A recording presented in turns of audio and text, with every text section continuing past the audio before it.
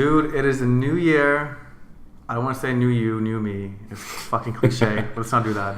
We're not cliched though. That's a good thing about the show. We're fucking not, dude. We're not cliche. But what is new is we have upgraded some equipment, so it's we're looking good on camera. Hi, mom. Hi, moms. Yeah. Hi, mom, for sure. But man, 2019, the last year of 2020, which I don't know, man. You just have to. Damn, I just met someone the other day that he was 17 or 18 like that, and he was born in 2001. You know him as a kid, huh? He's a kid. Yeah. He's a kid, but we're just getting older. We're not getting any younger, so right. Gotta keep pushing forward. Just what we were talking about just now is the growth.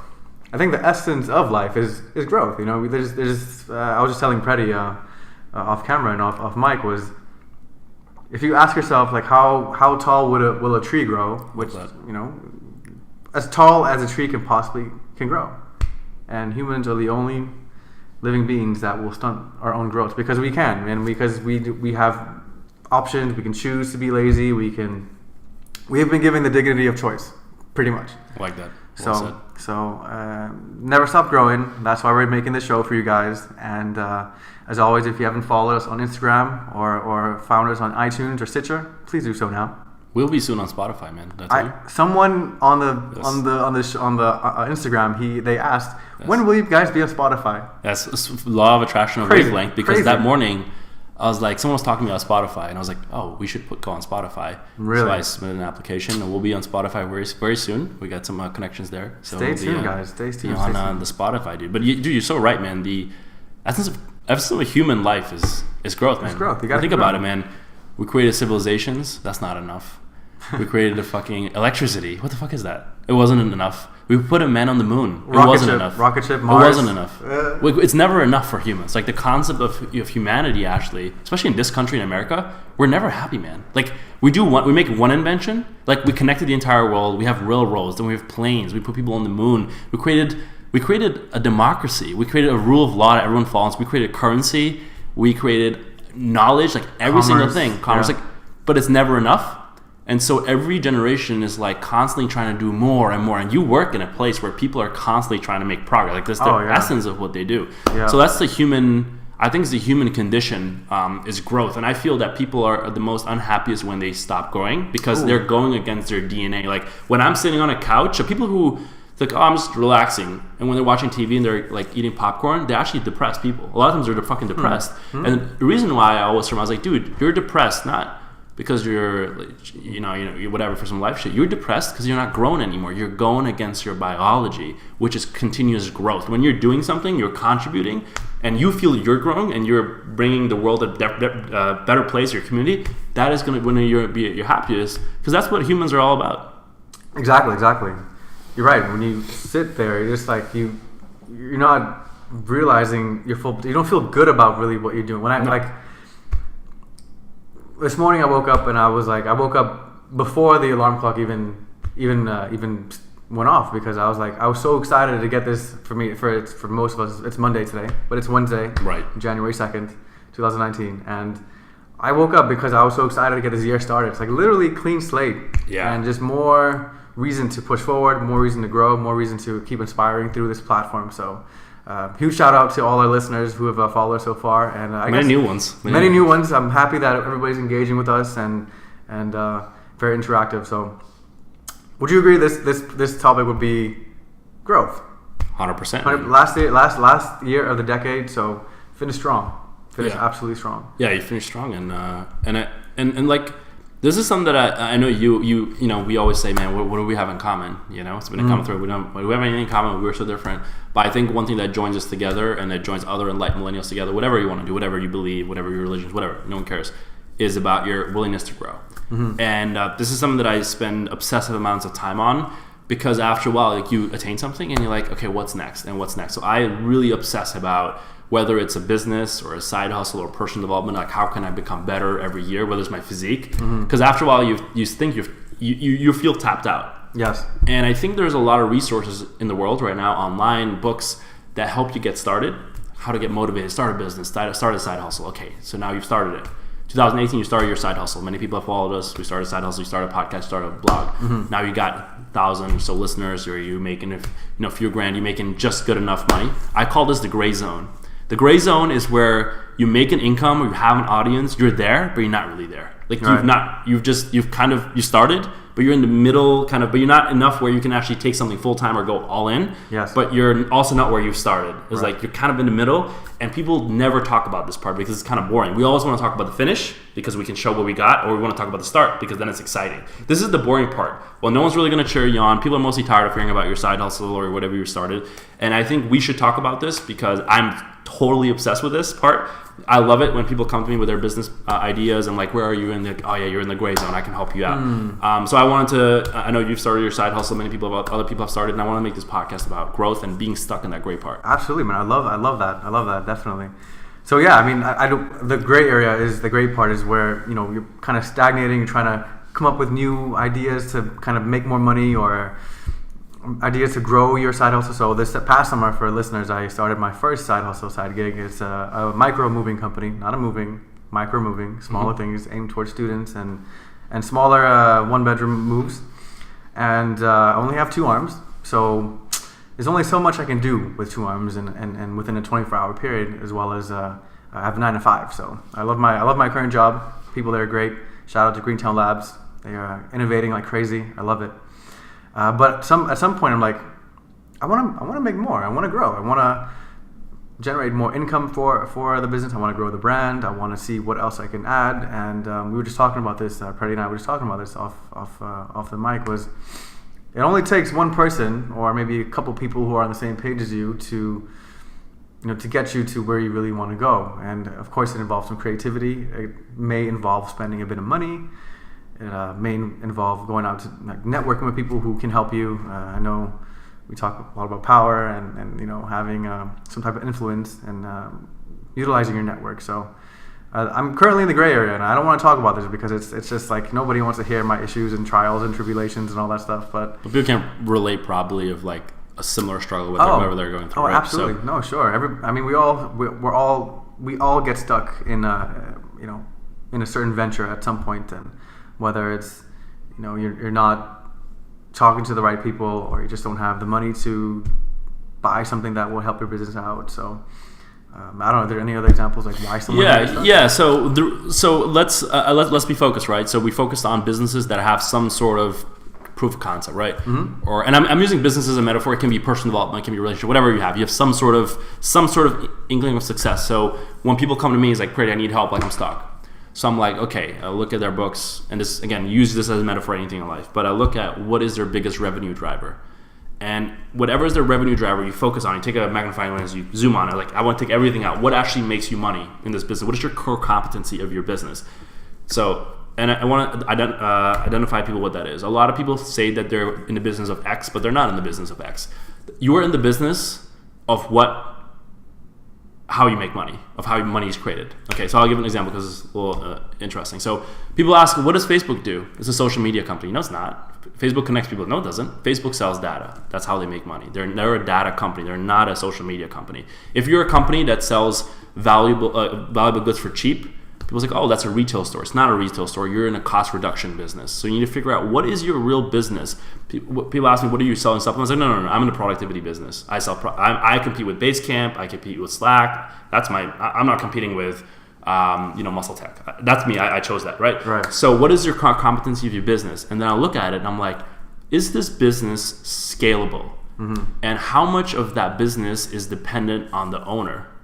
If the core competency of the business, how you make money, is dependent on you, Leander, or me, or Prady, or that individual person, that business needs to do a complete makeover. Because that business is unable to scale. Mm-hmm. Because if you're away on vacation or you get sick or whatever, you're basically, I'm going to be a little bit offensive here, and I'm going to call myself out because I'm an attorney. I'm the same way. But if you're just trading your time for money, you're kind of like a prostitute. And there's nothing wrong with prostitutes. Prostitutes make a lot of money. They're entrepreneurs, man. Yeah, but they're freelancers, right? There's a difference between freelancers and entrepreneurs. True. So you need to figure out, are you making money by trading your own time for money? Which most of us are because we're freelancers. Like when I was an attorney, I was trading my own time. I get paid per hour being an attorney. Right. But that's not scalable. your thought should be, how do I own a law firm with 100 attorneys versus are you just an attorney? So here is, again, what I want to funnel the conversation to is like, what's their core competency of business? What do you actually do? Okay. And then what you actually do, is that dependent on you, or is that something that's easily trainable to someone else, as easy as possible? I want you to take the smallest piece of paper, like a sticky note. Can you train someone to do that on a yellow sticky note, or one page, how to do what you do? And if the answer is yes, now we got something here. Right. So thinking about my gig, obviously I only have 2 arms. I need to find something or some component of the business that's very replicatable. Something that can be duplicated and over and over again, as we like to say. So find some, like you said, just make sure that it's something that a teenager can do, or a 12-year-old. Yes. Moving is a bit different, of course, but just something that is easy, so easy a caveman can do it. That's the right approach. So the more simple and the less the lower the cost is to hire the person or individual to actually train them to do the core competency of the business, you're good. If Nike sells shoes and their business is manufacturing, they go to Vietnam and spend $6 an hour. I'm not saying, this is, again, throw ethics out of the way, but that's how they grow, because their ability to actually source cheap material and cheap labor, that's how they grow. That's how they become $1 billion plus company. If they had to have experts who went to medical school for 8 years, have to create all the Nike products, they'd go bankrupt before they even started, right? So if you're a startup limited on resources, strapped for cash, and your startup is dependent on you or a highly trained skill, you need to watch out, and you need to redo, or you need to find another startup to do. And again, this is totally subjective, but that's my way of always assessing businesses, because I'm not interested in buying businesses or helping businesses that cannot scale. I'll give someone a really good example. So people understand real estate, right? Why is real estate so valuable and worth so much? Like, people love real estate. Why? Okay, so I recently bought an estate, right, out in the South Shore. When I bought the estate, I had to do gardening, lawn mowing. Someone had to clean the pool, or whatever, lighting, and that. Okay, so what happened? I could find someone who I asked my real estate agent, hey, can you give me the guy that does the roofing, does the fucking swimming pool, does the lighting, electricity? She was like, yeah. She gave me the phone numbers. I called them and okay, cool, we'll come. And that's it. That's all I needed to do. When I took over the home from the previous buyer, he or she just had to give me the key, and I could run the business. The home, the asset, was intrinsically valuable. The home, think about it now. If someone says, Leo, what's your net worth? You're like, man, it's $1 million. Like, how's it $1 million? I got $1 million home right now. But if someone does an assessment, it's like, dude, it's only worth $1 million if Leandro lives in the home. But the minute that you sell it to me, it's worth $0. So your net worth is not $1 million, it's $0, because your business is not it cannot transfer to anyone, because you're the business. Right. The reason why real estate is so valuable, because you can trade real estate, and to train, if I give you this condo, you don't need me anymore. You don't need me for this condo. You sign paperwork and you can leave. But most businesses are so dependent on the person running it that if they change hands, the whole business collapses. And that's why people never understood the concept, why is real estate so valuable? Why is everyone going real estate? Because real estate is a commodity that is intrinsically valuable without the owner having to do anything. The only reason why I have the net worth is because I have a piece of paper, and I can transfer that piece of paper. Once that piece of paper is transferred, then you have $1 million now. But if you own a photography business, or a freelancing business, or a digital design business, and people are coming because they want to work with Leandro because he's the best fucking designer in the world, I can't buy your business. Because if you want to sell your business now, you're 60 years old, dude, I want to sell my business, I can't anymore. No one's going to buy it from you. He's like, dude, are you retiring? Like, yes. Okay, I don't want it anymore. Your business is worth $0 on the books. So you want to create a business like a real estate machine where you can hand it off to anyone, and people say, well, I don't want to sell my business. I was like, don't worry, even if you don't want to sell your business, make it an efficient machine so that anyone can come in, you can train them, and they can just go. When I got my estate, I don't even, I never met the owner. I don't know who the fuck they are. I don't care. Because when they left, I just took it over, and all of a sudden I'm worth $1 million when I got the $1 million home. Absolutely.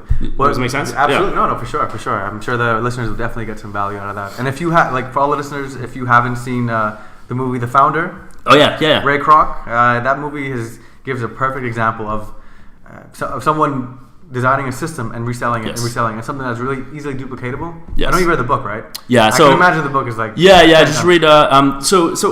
This is really important for people, because we always look for inspiration. Who's our inspiration when we start a business? And a lot of people think about entrepreneurship like, oh, dude, Silicon Valley. I'm gonna spend all night at 2 a.m. and I'm gonna do all these great things. I'm gonna eat ramen noodles and stuff. Yeah. And like that's glorified. It's cool. Do it. I did it too. I did for 4 or 5 years. I was in college one time, dude, and I don't have a fucking treadmill and I collapsed. And I was like, dude, this is not sustainable. I was sick physically, and I still get physically. I work so much, but I was like, dude, I'm working so hard. I'm working 20 hours, not sleeping, but I'm not wealthy. And I was like, you know what? This is not working for me anymore and I realized that I could only work 3 more hours in a day before I was 24. Like I was sleeping for 3 hours or fucking spaced out. The rest, and I was doing medication to stay awake. But like my income was only in 6 figures. I couldn't increase it, dude. And I realized that Prady Tewarie can only be alive for 24 hours a day. And I can only do that for maybe a year and I'll die. Okay? Sure. So that hit me and I was like, fuck, like, but how do big businesses do it? And as the law of attraction works, when you have a question, I ended up, for some reason, I wasn't branch normal, I ended up reading the biography of Ray Kroc and McDonald's. And McDonald's, the concept of McDonald's, which is not taught. When people talk about startups, do you ever hear people talk about McDonald's? Zero. No. Like, never heard, have you ever heard it? No. I brought it up. I was like, dude, McDonald's fucking brilliant because he had a recipe. But his concept of McDonald's wasn't only great in his location, he was able to use a fucking 2x4 and write down the formula to how to actually cook McDonald's everywhere and replicatable. So the average time it takes to train a McDonald's employee is 4 minutes and 29 seconds. So, and they started off with like 25 minutes, then 19, and now they have a system 4 minutes and 29 seconds. If you want to buy a McDonald's franchise, you open up a location, they tell you, it's like how everything, where the fries go, where the burgers go, where the oil lies, where the sauces. Every restaurant in America is all the same. The whole layout is even like, in Europe, dude, it fucking tastes the same a lot of times. Like, what the fuck? How's that possible? Because it's a systemized machine that's replicatable and scalable. All of a sudden, they're making bank. If you see the movie, I saw some of the movie. They're like one location that has so many people going through, and then Ray Kroc's like, "Oh no, that's not enough. Let's make this all across the country." And then those people are like, "No. We have a special recipe, and we don't want to give it away." Remember in the movie? Yeah. And he's like, "No, but you can't become rich doing that.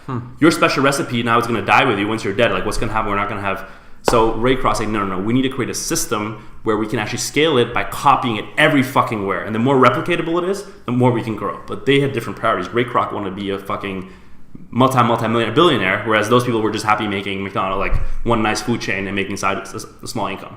So if you want to be a big business player, then you got to think about making a replicatable machine that you can make in a small 4x4 and you can copy. Yeah. That's how you actually scale a big business. And McDonald's opened my eyes, and that's why I fucking love McDonald's. I don't like their food that much, but I fucking love McDonald's because they opened my eyes about how, and they saved my life because I got frustrated, man. I fell from a treadmill. I'm like, dude, but I can never get to fucking Rolls Royce. That's my dream. How do I get to a Rolls Royce if I'm working 22 hours and I'm making I was making 150 grand. Good money for a college student. But like I don't have more of me to give. I'll die. Yeah. And I was like, oh man. I watched The Social Network. I watched all these social startup movies. But no, this is wrong. I need to think of like big business. I need to think about McDonald's. Why didn't I think like Nike? Nike does slave labor. Yeah. That's how they grow. Yeah. Dude, so I'm just thinking like, what the next step for anybody out there with a gig? Like, how big should you think? As big as you can, right? Yeah. So I'm just thinking about like how what the next step for me would be to scale or to acquire something. And even if it means sometimes you need to spend a little bit of money to make money, because a lot of times you see people giving out stuff for free, right? Like they give out a free keychain or they give out a free T-shirt or something like that, just so they can get their name out. Same concept is for if you want to buy some new equipment, you gotta spend some money to make the quality a bit better. So for 2019, that's definitely gonna be my goal, is to, even if it does mean some money coming out of the pocket, that I can grow this a little bit more, and I hope that everybody else can take something from that, and take a little risk, take some risk in your life. So, yeah, and here comes lesson number 2, big lesson. Oh, here you go. This lesson of wealth, which I also learned. Let's do it. You cannot save your way to wealth. It's not possible. Yeah. Okay. Yeah. So this is a big concept. I get it, dude. You, all of us. I sometimes I'm like, I go on the sites. I'm like, what's out there for financial independence? And I was like, dude, yeah, I save like 10 grand every month, or I did everything myself. Dude, fucking great. But then look, do you know Mr. Money Mustache? Money Mustache. You probably heard of it. Yeah, okay, so he's super popular because he made a blog about how to create financial independence. So he teaches people how to be financially independent. And his concept is, dude, save like fuck. Eat from tins, sleep in fucking, I don't know. And dude, it works for him. But it works. I'm not saying it doesn't work. My concept of life is real fucking wealth. You can't save your way to wealth. You just fucking spend. And I don't believe in cost reduction businesses. I don't believe in the Walmart business. I believe that you need to invest whatever you have and you need to spend. And you need to sink money into your business. Don't be fucking dumb. Like, I'm not saying to live above your means, and like if you don't need like fucking 50 cameras, like don't buy them. but you need to invest in your business. And people who try to constantly save, like the savers and the misers, they never get to real fucking wealth. I mean, people who have, if you look at a top, because I've actually studied this, so people who have, everyone who has a net worth over 50 million, they have gone bankrupt 4 times in their lives.